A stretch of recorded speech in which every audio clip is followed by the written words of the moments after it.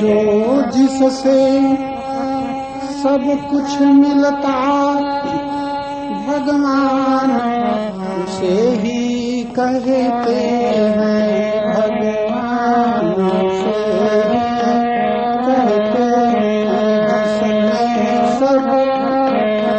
जिसमें सब जो सब में परिपूर्ण महान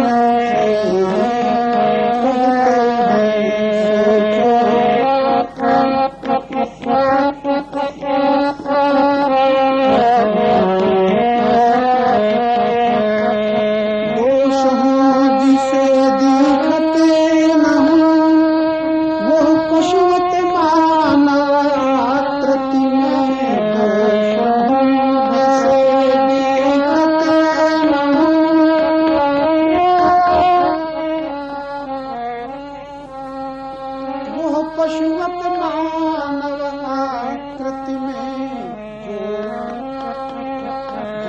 मन में दोष न रहने दे, जो मन में दोष न रहने दे विद्वान से ही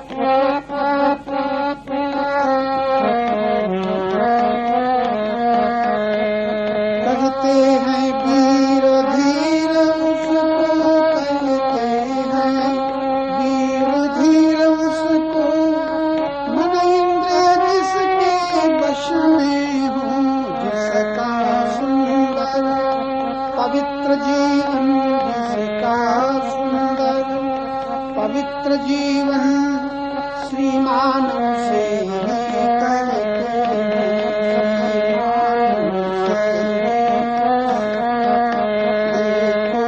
जिससे सब कुछ मिलता भगवान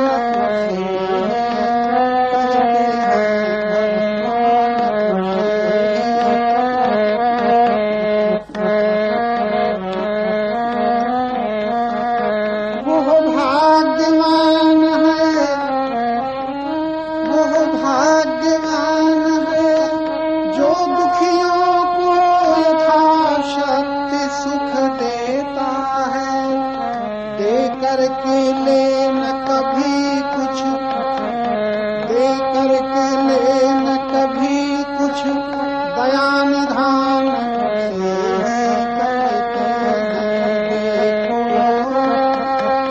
देखो जिससे सब कुछ मिलता भगवान से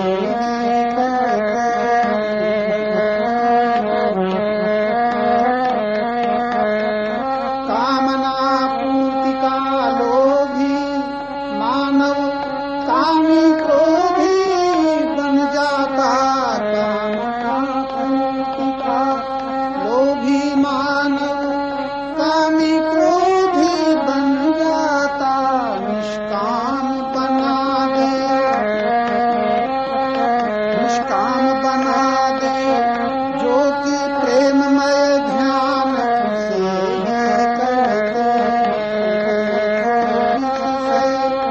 सब कुछ मिलता भगवान से।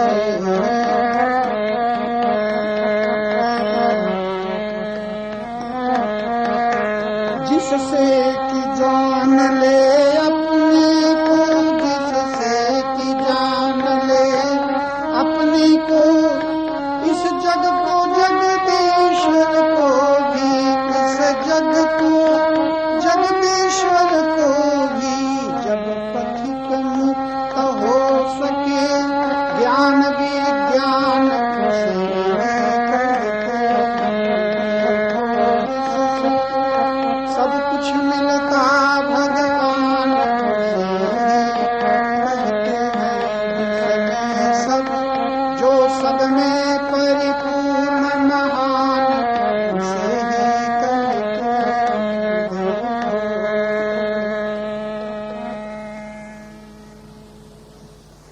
तो कहता हूं तुम भोग चाहते हो तो कम से कम दरिद्र मत बनो, हाथ मत पसारो, डाका मत डालो। सुखी होने के लिए किसी का धन हमें मिल जाए, किसी का अधिकार मिल जाए, किसी की जैसे कपड़े चुरा करके मिल जाएं या जबरदस्ती छीन करके मिल जाएं, अरे छीनने से, झपटने से, मांगने से जो मिलेगा उससे तुम्हें तृप्ति न मिलेगी। तुम ऐसे कर्म करो कि बिना मांगे तुम्हें परमात्मा के विधान से मिले, तब तुम अच्छी तरह भोग कर पाओगी। अगर इन बड़े बड़े भवनों में रहने वाले लोग हैं, ये इनको बचपन से ये कौन से कर्म किए थे, लेकिन इस घर में पैदा होने वाला ये साबित करता है कि ऐसा कर्म कर चुका है कि इसी घर में पैदा होगा। और इसी घर में आने वाली भंगिन के घर में एक बालक पैदा होता है। दोनों इस घर में, भंगिन भी इस घर में होती है और इस घर का मालिक भी इस घर में होता है, लेकिन भंगिन के पेट से पैदा होने वाला बालक ये साबित करता है कि मेरे ऐसे कर्म नहीं हैं जो इस भवन में पैदा हो सकूं, मेरे अभी इतने ही कर्म हैं कि मैं इस मजदूर के घर में पैदा हूं। तो ये कर्म बताता है कि हमारे तुम्हारे कर्म जब होंगे तो कम से कम उत्तरोत्तर उच्चतर, उच्च से उच्चतम सुख की स्थान में हमारा जन्म होगा। तो तुम्हारे कर्मों के द्वारा तुम्हारा जो जन्म हुआ है, आप यही न ठहरिए। तो मैं न कहूंगा कि तुम भक्ति प्राप्त करो, मुक्ति प्राप्त करो, मैं तो कहूंगा कम से कम तुम मनुष्य की भांति या मनुष्य हो करके, पशु होकर के नहीं, पशु कर्म नहीं कर सकता, पशु से कर्म कराया जाता है, ये भी प्राकृतिक विधान है। पशु बेचारा पुण्य नहीं कर सकता, लेकिन भगवान का मंगल विधान पालतू जानवर से जबरदस्ती पुण्य कराए जाते हैं, तब वो मनुष्य बन पाता है। अगर मनुष्य के संपर्क में कोई जानवर ना आए तो मनुष्य नहीं बन सकता। जितने पालतू जानवर हैं और इनका हाड़, इनका शरीर, इनकी खाल, इनका बल, इनका मल मूत्र सब मनुष्य की सेवा में लगता है। इस पुण्य के प्रताप से पशु मनुष्य हो पाता है। मनुष्य तो हो पाता है, लेकिन मानवता कई जन्म तक नहीं आती। कई जन्म बाद मानवता का विकास होता है, जैसा कि आप में हो चुका है। अब उस मानवता के विकास होने पर आप जान सकते हो कि पुण्य कैसे किए जा सकते हैं, पाप से कैसे बचा सकते हैं। मैं तो इस बात पर जोर देता हूं, तुम केवल माला घुमा करके संतुष्ट न हो जाना कि हमें कोई बड़ा बढ़िया जन्म मिल जाएगा। क्या है, माला आप जपते हैं तो कौन सा बड़ा काम करते हैं? आप 10 माला जप लीजिए, न तो भगवान की सेवा है, न समाज की सेवा है, न किसी की सेवा है। तो आप कहोगी कैसा आदमी है ये, तो मालूम होता है भगवान के नाम का विरोध कर रहा है। विरोध नहीं कर रहा हूं, भगवान का नाम आपको लेना ही चाहिए, लेकिन आप ये उम्मीद न करें कि भगवान के नाम जप करने से हमें धन मिल जाएगा। ये आशा न करना कि भगवान के नाम जपने से हमें बड़ा कोई राज्यपाट मिल जाएगा, सो न मिलेगा। लेकिन भगवान का नाम जपना आपके लिए बड़ी सौभाग्य की बात है। धन्य है वे लोग जो भगवान का नाम लेते हैं, लेकिन दुर्भाग्य है कि अभी समझते नहीं नाम क्यों लेना चाहिए, कैसे लेना चाहिए और किस भाव से, किस प्रेम से लेना चाहिए, ये भी पता नहीं है। नाम लेते हैं और बेगार भुगतते हैं। हम तो कहते हैं नाम लेना अगर आ जाए तो क्या बढ़िया जीवन हो सकता है। लेकिन आपसे कहता हूं, आप इसलिए नाम न लीजिएगा कि आपको धन मिल जाएगा। धन प्राप्त करने वालों को भगवान के नाम जपने की कोई जरूरत नहीं है। भोग प्राप्त करने वालों को भगवान के नाम जपने की कोई जरूरत नहीं है। हाँ, भगवान की दिशा में, भगवान के ज्ञान में, भगवान के प्रेम में जागृत होने वालों के लिए नाम जप की जरूरत है, इसलिए कि इंसान की ओर न देख करके भगवान की ओर देखने लग जाएं, बड़ी ऊंची चीज। वे धन्य है जो इंसान का सहारा न लेकर के भगवान का सहारा लेते हैं। और भगवान का सहारा लेने के बाद अगर वो धनी होते हैं तो सचमुच फिर नीचे पतित नहीं होते। भगवान का सहारा न लेने वाले अगर धनी हो जाते हैं तो पता नहीं उनका किस प्रकार पतन हो जाएगा। भगवान का सहारा न लेने वाले अगर पदाधिकारी हो जाते हैं, उसी पदाधिकारी के द्वारा उनका पतन हो जाएगा। लेकिन भगवान का सहारा लेने वाले अगर धनी बनेंगे, पदाधिकारी बनेंगे, गुणवान बनेंगे, तो शायद उनका पतन न होगा, उत्थान होता चला जाएगा। इसलिए भगवान का आश्रय लेना बड़े सौभाग्य की बात है। और भगवान का आश्रय वही लेगा जिस पर भगवान की कृपा होगी। भगवान का नाम भी वही लेगा जिस पर भगवान की कृपा होगी। और आप लोगों पर कृपा, अगर आप नाम भगवान का स्मरण करते हो तो कृपा है, और जो नहीं लेते अभी उन पर कृपा भी नहीं है, तब भी वो धनी हो सकते हैं, बलवान हो सकते हैं, वो बड़े अच्छे परिवार वाले हो सकते हैं। तो मैंने आपको बताया कि धनी होने के लिए भगवान के नाम की जप की कोई आवश्यकता नहीं, इसलिए कि हमारे देश में नहीं, हमारे विश्व में, अमेरिका में देखो, दूसरे देशों में देखो, ये न भगवान की पूजा करें, न भगवान का नाम जपें। और तुम्हारे देश में इतनी संपत्ति नहीं है जितना अमेरिका में संपत्ति है। और तुम्हारे देश में भी इतनी शिक्षा नहीं है जितना अमेरिका में शिक्षित देश है। सर्वाधिक शिक्षित देश अमेरिका है। इतना वैभव, इतना ऐश्वर्य, इतनी संपत्ति, इतनी सुख सामग्री, इतनी सुविधाएं।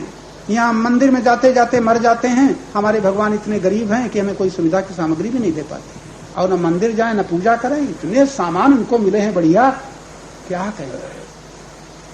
आप तो कभी, हम लोगों को तो उनकी सुख सुविधाओं की चर्चा भी सुनने को नहीं आती।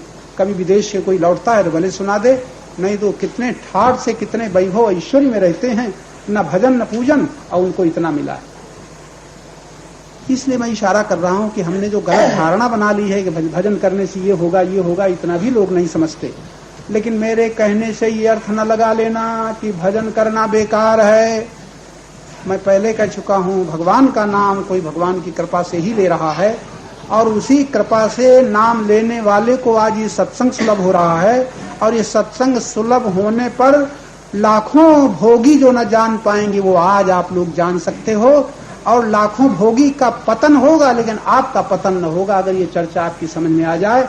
ये इशारा मैं कर रहा हूं। और आपको ये बातें अगर समझ में आ जाए, भजन क्या है, नाम जप क्यों करना चाहिए, ये मैंने यथार्थ दर्शन नाम की पुस्तक में सब लिखा है।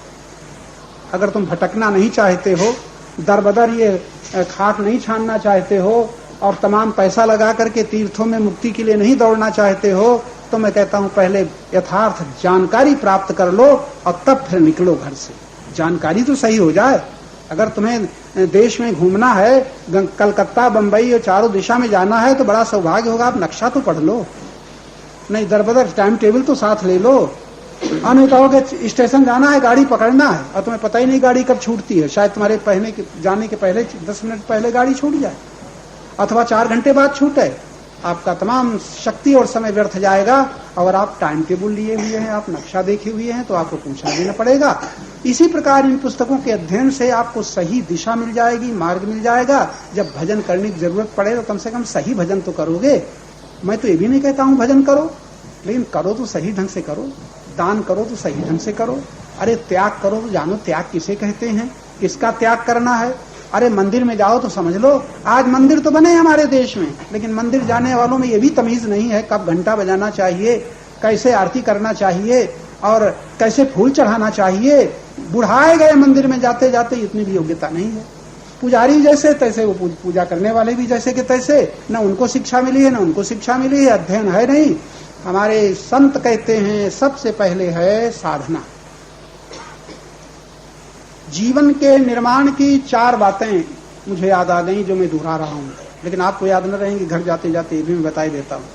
क्योंकि जुकाम का नुस्खा तो है नहीं, जुकाम का नुस्खा तो मैं बता नहीं रहा हूं, पेट के दर्द की दवा तो मैं बता नहीं रहा हूं कि आपके दर्द है वो आप परेशान हो जाएं और कहें हमें दवा बता दो, और हम दवा बताते बताते जहां 4-6 चीजें था हमें रोक दो, कह दो बाबा हम भूल जाएंगे, जल्दी लिखा दो। ऐसा दर्द तो आपको है नहीं, इसलिए हम बकते जाएंगे, तुम सुनते जाओगे, कहोगे हाँ बाबा ठीक बोले हो, लेकिन आपको जरूरत तो है, इसलिए घर में भूल जाओगे।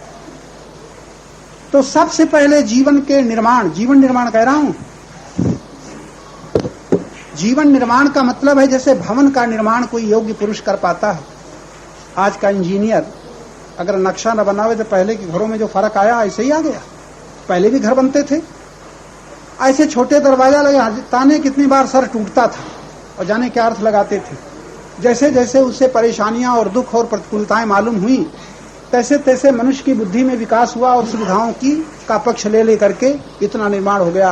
आज वस्त्र बदल गए, बाल बदल गए, यानी इतना मनुष्य सुविधा का पक्ष ले रहा है कि शायद कभी कभी तो विवेक न होने के कारण सुविधाओं का पक्ष लेने से मनुष्य गुलाम बनता चला जा रहा है, क्यों विवेक नहीं। इसलिए साधना की बात, जीवन निर्माण मैं कह रहा हूं।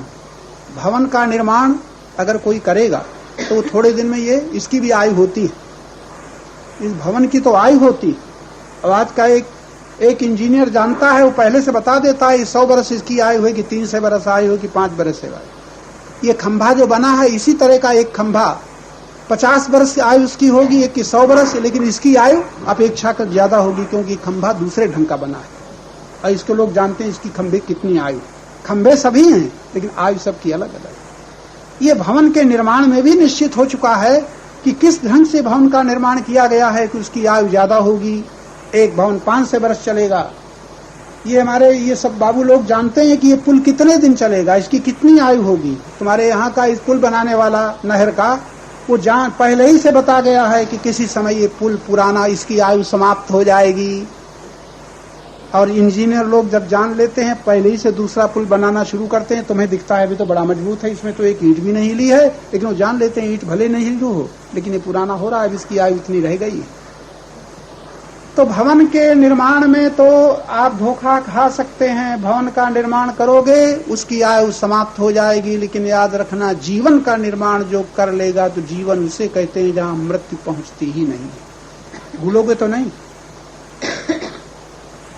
आप इतने लोग बैठे हो मरने से डरते हो, हाय मर जाएंगे, हे भगवान अभी हमारा लड़का नाती पोता आदमी स्त्री सब बने रहें।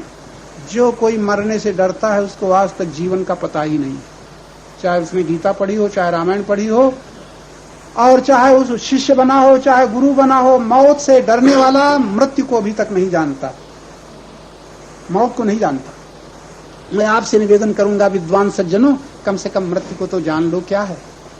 और आज से पूछूं आपसे तो आप बता न पाओगे, अगर मैं पूछूं आपने मृत्यु को देखा है तो कोई न कह पाओगे। डरने वालों, मौत से डरते सब हैं लेकिन मृत्यु को देखा आज तक किसी ने नहीं। और जीवन सब चाहते हैं, लेकिन जीवन चाहने वालों ने जीवन अभी तक जाना ही नहीं। बड़ी विचित्र बात है ये, आपसे कह रहा हूं। जीवन चाहने वालों जीवन को जानते नहीं हो इसलिए जीवन चाहते हो, और मृत्यु से डरने वालों तुम मृत्यु को जानते नहीं हो इसलिए मृत्यु से डरते हो। जिस दिन तुम मृत्यु को जान लोगे मृत्यु का भय छूट जाएगा, और जीवन को जान लोगे तो जीवन की इच्छा ही समाप्त हो जाएगी। फिर क्या होगा? फिर होगा जीवन का निर्माण। तो मैं दो प्रश्न पीछे करके मैं निर्माण की चर्चा भी कर रहा था। जीवन के निर्माण के लिए 4 बातें आवश्यक है। पहले है साधना। साधना किसे कहते हैं, बड़ा लंबा प्रश्न है। ये आंख बंद करके ध्यान लगाने वाले वो समझते हैं हम साधना कर रहे हैं। अरे ये कवायत है। हम बड़े कड़े शब्द कह देते हैं आप ऐसे विद्वानों के सामने कि हमें पंडितों ने और उपदेशकों ने बड़ा फुसला रखा है, बड़ा फुसला रखा है, बड़े धोखे में डाल रखा है। कथा सुनाई, उपदेश दिए और हम रीझ गए, प्रसन्न हो गए, बार बार याद आते हैं। फिर वो महात्मा आवे, फिर वो कथावाचक आवे, फिर हमें रामायण सुनावे, फिर हमें उपदेश सुनावे। हम रह गए जैसे के तैसे, उपदेश सुना सुना करके चले गए, हम वैसे ही बुद्धू के बुद्धू बने। ये दशा हमारी है। क्यों? सचमुच यथार्थ विवेक जिसे कहते हैं, सत्संग से जो प्राप्त होना चाहिए, वो हमें नहीं सुलभ होता। इसलिए मैं आपसे निवेदन करता हूं कि थोड़ा सावधान हो करके ये जो साधना आप करते हो, जिसको देखो पूछता है महात्माओं से हमारा साधन बताओ, और फिर ऐसे ऐसे ईमानदार आदमी हैं कि एमए की डिग्री का सरल साधन न पूछेंगे, धन कमाने का सरल साधन न पूछेंगे, पदाधिकार की प्राप्ति का सरल साधन न पूछेंगे, भगवान की भक्ति का कोई सरल साधन बताओ ये जरूर पूछेंगे। कठिन न बता देना, क्योंकि हमारे पास ना तो फुर्सत है, न शक्ति है, न समय। सरल साधन पूछते। कितना गलत प्रश्न है जो ये पूछते हैं, सरल साधन बताओ। वस्तुतः प्रश्न ही गलत है, साधन पूछना ही गलत है। इसलिए कि साधन तो आपको मिले ही। भाई माइक क्या गड़बड़ कर रहा है? तो साधन न पूछो, साधना जानो। साधना क्या है? तो जीवन निर्माण के लिए, भवन निर्माण के लिए देखो, नक्शा चाहिए, सामान चाहिए। जितना बढ़िया सामान होगा, सीमेंट होगा, लोहा होगा, और जितना बढ़िया इंजीनियर होगा उतना भवन का निर्माण बड़े सुंदर रूप से हो सकेगा। तो ऐसे जीवन निर्माण के लिए भी चाहिए, जीवन निर्माण के लिए चाहिए शक्ति। जीवन निर्माण के लिए शक्ति चाहिए, और शक्ति के साथ उसके उपयोग की विधि चाहिए। उसके उपयोग की विधि चाहिए, और विधि के साथ फिर विवेक चाहिए, और विवेक के साथ फिर प्रेम चाहिए, और अंत में विज्ञान चाहिए। ज्ञान और विज्ञान, ज्ञान अलग है, विज्ञान अलग है। इस तरह से जीवन निर्माण की सर्वप्रथम उपाय है साधना, और दूसरा उपाय है स्वाध्याय। दूसरी बात स्वाध्याय। स्वाध्याय का मतलब पुस्तक पढ़ना मात्र नहीं, लेकिन पुस्तक पढ़ना आवश्यक होगा। इसलिए एक पुस्तक पढ़ने के बाद हम अपना अध्ययन करें। स्व माने अपने आप का अध्ययन, स्वाध्याय, अपना अध्ययन करें। आज रामायण पढ़ने वाले बड़े अच्छे रामायण पढ़ जाते हैं, अखंड पाठ भी हो जाते हैं, कथावाचक भी सुना जाते हैं, सारी रामायण की कथा सुन लेते हैं। कोई देवी ये प्रश्न नहीं करती कि रामायण तो मैंने सुन ली, लेकिन रामायण में जितने पात्र की कथा मैंने सुनी, जितने लोगों की कथा सुनी, इनमें से हमारी जात किससे मिलती है? सूर्पनखा से, कि मंथरा से, कि केकई से, कि कौशल्या से, कि सीता से? किसी माता ने प्रश्न न किया होगा कि हमारी जात किससे मिलती है, और कथा सुनते चले जा रहे।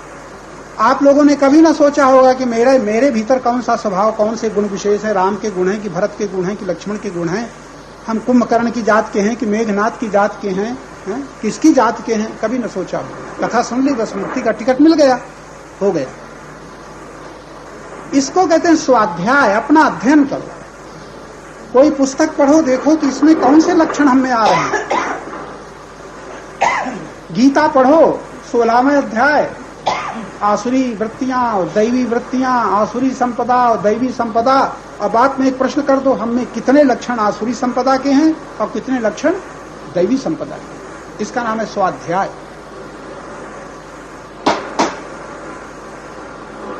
स्वाध्याय का मतलब अपने को पढ़ना। जैसे कोई कपड़ा पहनता है फिर देखता है, मुंह शीशे में देखता है, इसका नाम है मुखाध्याय। मुख का अध्ययन करो, कहाँ गड़बड़ी तो नहीं है, बिंदी ठीक लगी है, बाल ठीक है कि नहीं। पहले बताया साधना, साधना के बाद स्वाध्याय, स्वाध्याय के बाद तीसरा है जीवन निर्माण के लिए संयम, और संयम के बाद है सेवा। बस 4 ये बातें जीवन निर्माण की हैं। जैसे भवन का निर्माण सुंदर हो जाएगा, तैसे जीवन का सुंदर निर्माण हो जाएगा। और जीवन का निर्माण जब हो जाएगा तो जीवन के निर्माण में फिर पूर्णता की प्राप्ति हो जाएगी, जो जीवन का लक्ष्य। कोई कमी आपको न रहेगी। संसार की दिशा में धन की कमी, भोग सामग्री की कमी, मान की कमी, नाम की कमी, जाने कितनी प्रकार की कमियां आपको परेशान करेंगी, लेकिन जीवन निर्माण होने पर फिर कोई अभाव न खटकेगा। और जहां अभाव का अभाव होता है, अभाव का अभाव हो जाता है, वहां आनंद की प्राप्ति होती है। याद रखे रहेगा, अभाव का जहां अभाव होता है वहां आनंद की प्राप्ति होती है। और अभाव का अभाव संसार के सहारे नहीं होता, धन के सहारे नहीं होता, शरीर के सहारे नहीं होता, परिवार के सहारे नहीं होता। अभाव का अभाव होता है परमात्मा के योग से। अब परमात्मा का योग होता नहीं है ही, ये भी याद रखना। थोड़ा गोद ले लो, बाहर चले जाओ, घर चले जाओ। परमात्मा का अभाव कभी नहीं है। बस यही विवेक आपको प्राप्त करना है। भगवान का नाम लेने वाले, कीर्तन करने वाले, गीता रामायण पढ़ने वाले इतना जान लें कि संसार क्या है और परमात्मा क्या है। मैं जल्दी में इतना ही कहूंगा, परमात्मा उसे कहते हैं जिससे कभी दूरी न हुई है, न भिन्नता हुई है, न होगी। और संसार उसे कहते हैं जिसका योग न हुआ है, न होगा। संयोग हुआ है तो वियोग तो होगा, लेकिन योग नहीं हुआ है संसार का। योग तो परमात्मा का है, होगा नहीं है। परमात्मा के योग का अनुभव करना, इसी का नाम साधना है। सबसे पहले साधना, साधना के बाद स्वाध्याय, स्वाध्याय के बाद फिर स्वाध्याय में क्या पता चलेगा? अपने को अध्ययन करते हुए, अपने को पढ़ते हुए क्या पता चलेगा? रोज रोज सवेरे से शाम तक अपना अध्ययन करो। हमें क्रोध आ गया, हमारी इधर तेजी आ गई, हमें ये लोभ आ गया, हम देना चाहते थे दे न पाए, ये सेवा करना चाहते थे कर न पाए। जो देवी, जो साधक व्यवहार के क्षेत्र में अपने को पढ़ता चलता है, देखो यहाँ ये करना था, ऐसे बोलना था और हम न बोल पाए, ऐसे बोल गए, ऐसे दे गए, ऐसे चल गए, इसका नाम है स्वाध्याय। तो साड़ी का अध्ययन तो आप लोग बड़े कर लेती हो, ठीक है कि नहीं? शिकन तो नहीं है, सिकुड़े तो नहीं है, किसी के देखने में भद्दापन तो नहीं है, इसका नाम है अध्ययन। तो जैसे साड़ी का, आभूषणों का अध्ययन, अपने श्रृंगार का अध्ययन कोई नारी करती है, वैसे साधक अपने जीवन का अध्ययन करता है। हमारे जीवन में व्यवहार क्षेत्र में कोई कमी तो नहीं है। कमी कहाँ निकली? जहां हम खुद अशांत हो गए, जहां हम खुद दुखी हो गए, जहां हम खुद उद्वेगित हो गए। बड़ा कठिन है। पूजा कर लेना बड़ा आसान है, घंटे 2 घंटे। नियम से मंदिर हो जाना बड़ा सा आसान है। कीर्तन कर लेना, अखंड पाठ कर लेना, सत्संग कर लेना, सत्संग कोई आयोजन कर लेना, सम्मेलन करा लेना, मंदिर बना लेना बहुत आसान है। लेकिन रोज रोज अपने जीवन का अध्ययन करना बड़े ही विवेकी का काम है। जीवन का ऐसा जो स्वाध्याय करेगा तब पता चलेगा अपनी कमी का, पता चलेगा अपनी कुरूपता का, शरीर की कुरूपता का नहीं, जीवन की कुरूपता का। कहाँ जीवन में कमी है, कहाँ जीवन में सौंदर्य में कमी है। सुंदर दया होनी चाहिए, सुंदर करुणा होनी चाहिए, सुंदर उदारता होनी चाहिए, सुंदर सरलता होनी चाहिए, सुंदर नम्रता होनी चाहिए। और हमारे भीतर आप इतने लोग बैठे हो, जरा बताओ, शरीर में श्रृंगार की कमी तो नहीं है, बड़ा सुंदर श्रृंगार आपके शरीर का है, लेकिन जरा जीवन का दर्शन करो, वहां पर दया पूर्ण है, करुणा पूर्ण है, प्रेम पूर्ण है, उदारता पूर्ण है, सरलता पूर्ण है, नम्रता पूर्ण है, अरे विवेक पूर्ण है, प्रेम पूर्ण है, कोई भी दैवी संपदा कह दो पूर्ण है। ये दैवी संपदा का पूर्ण होना ही जीवन का सुंदर पूर्णता है। आप याद रखें, शब्द कभी आप प्रयोग करें। ये सुंदर जीवन की सुंदरता जो मैंने कही वो साड़ी कपड़े आभूषण से नहीं होती। जीवन का सौंदर्य या जीवन की पूर्णता या जीवन का निर्माण होता है ईश्वरीय गुणों की पूर्णता से। जैसे जैसे ईश्वर के गुण हमें पूर्ण होते जाएंगे, आंशिक तो हम में सब में आ गए हैं। आप दयाव हैं, जहाँ एक आदमी इतना निर्दयी है कि हत्या करने में नहीं चुकता, छुरे चला देता है, चलते चलते छुरा मार देता है, जंजीर खींच लेता है, जेबें रुपए निकलवा लेता है, ऐसे भी हत्यारे आदमी हैं जिनके भीतर दया का अंश नहीं। आप ऐसा नहीं कर सकते, आप तो चप्पल भी नहीं चुरा सकते। इसका मतलब जितने अंशों में आपके अंदर दैवी गुण बढ़े हैं उतने अंशों में बड़ी, हम सरल बात बता रहे हैं, आप जितने लोग यहाँ उपस्थित हो, आप में जितने दैवी संपदा दैवी गुण बढ़े हैं उतने ही अंशों में आप पाप और बेईमानी से बच पा रहे हो। और जहाँ दैवी गुणों की कमी है वहाँ आप सब लोग भी पाप और अपराध कर जाते हो, चाहे जितना शिक्षा हो, चाहे जितनी विद्या हो, और चाहे गीता पाठ हो, चाहे रामायण पाठ हो, चाहे मंदिर के दर्शन हो। हम लोगों से भी पाप अपराध वहाँ बच जाते हैं। कहाँ? जहाँ दैवी गुणों की कमी है। ये है क्या? स्वाध्याय के द्वारा अपने जीवन के दोषों को न जान पाना। साधक के लिए स्वाध्याय बहुत आवश्यक है। अपना अध्ययन करो। और यहाँ दूसरे का बड़ा अध्ययन होता है। देवरानी ने ऐसा कह दिया, ऐसा हमें देखती है, देव जेठानी ऐसा हमें समझती है, सास हमारी ऐसी है, बहू ऐसी आई है, पति महोदय ऐसे हैं, पत्नी ऐसी है। सब दूसरे का अध्ययन करते हैं और हम कैसे हैं इस पर बिल्कुल दृष्टि नहीं। सब दूसरे का, हम हजारों का मुख देख सकते हैं, अपना मुख नहीं दिखाई पड़ेगा जब तक आईना न होगा। तो जैसे आईना में अपना मुख दिखाई पड़ता है, तैसे प्रत्येक संग में अपना दर्शन होता है। किसके संग से हम पर क्या प्रभाव पड़ा, किस संग ने हमें लोभी बना दिया, किस संग ने हमें मोही बना दिया। आप मोही बने हो ना, और संग न होता तो मोही बनते, संग न होता तो लोभी बनते, संग न होता तो अभिमानी बनते, संग न होता तो कामी बनते, संग न होता तो ईर्ष्या करते, द्वेष करते, निंदा करते, कलह करते, क्रोध करते। बोलो, अकेले कहीं बैठे होते क्या करते? जो कुछ हम लोग कर रहे हैं, जो कुछ हम लोग बने हैं, संग ही के द्वारा तो बने हैं। और इतने विद्वान होकर के हम लोग, बड़ी लंबी चर्चाएं करके भी हम लोग अपना अध्ययन नहीं कर पाते। इसलिए साधना के बाद स्वाध्याय। साधना का तो अर्थ है साधे रहो, साधे रहो। वाणी को साधे रहो, पैरों को साधो, हाथों को साधो, 5 ज्ञानेंद्रियों को, 5 कर्मेंद्रियों को साधो। और साधने के बाद फिर अपना अध्ययन करो। कहाँ न साध पाए, ये है साधक का कर्म करना। कहाँ हम न साध पाए, और जहाँ न साध पाए, रोज रोज इतने भूलें होती हैं कि मन को नहीं साध पाते हो। व्यवहार में, घरों में रहते हुए मन को नहीं साध पाते हो, तो क्या जो मन कर चाहता है वही कर उठाते हो। और इतना भी ध्यान लाया, हम जो कर रहे हैं किसी की सेवा है कि अपना सुख का स्वार्थ है। जैसा कि मैं अपने लिए प्रमाण देता हूं, हमारे पास आने वाले नहीं जानते कि मैं स्वामी जी की सेवा करने जा रहा हूं कि अपनी सेवा लेने जा रहा हूं। मैं स्वामी जी की पूर्ति करने जा रहा हूं कि अपनी पूर्ति करने जा रहा हूं। मैं दर्शन करने जा रहा हूं स्वामी जी के लिए कि अपने लिए। तो अपनी खुशी के लिए दर्शन करने आते हो, तो हम कहते ये अध्ययन हो गया। कहाँ अध्ययन है? अब आप नहीं जान पाओगे अपनी कुरूपता को, अपने दोषों को। इतनी छोटी छोटी बातों में भगवान की पूजा कर रहे हो, कभी आपने पता लगाया भगवान की पूजा है कि हमारे मन की पूजा है? भगवान की प्रसन्नता के लिए हम फूल चढ़ा रहे हैं कि अपनी प्रसन्नता के लिए हम चढ़ा रहे हैं? क्या ख्याल है आपका? आपके फूल से भगवान प्रसन्न होते हैं कि आपका अहंकार? आपके माले से भगवान प्रसन्न होते हैं कि आपका अहंकार? क्यों बाबू जी, सोच के देखो। आप जो भोग लगाते हो तो मजा तुम्हें आएगा चटोरी जबान को कि भगवान को? लेकिन हम लोग कोई नहीं सोचते, सब ये चल रहा है, करते हैं अपनी पूर्ति के लिए और लगता है हम सेवा कर रहे हैं, हम पूजा कर रहे हैं, हम प्रार्थना कर रहे हैं।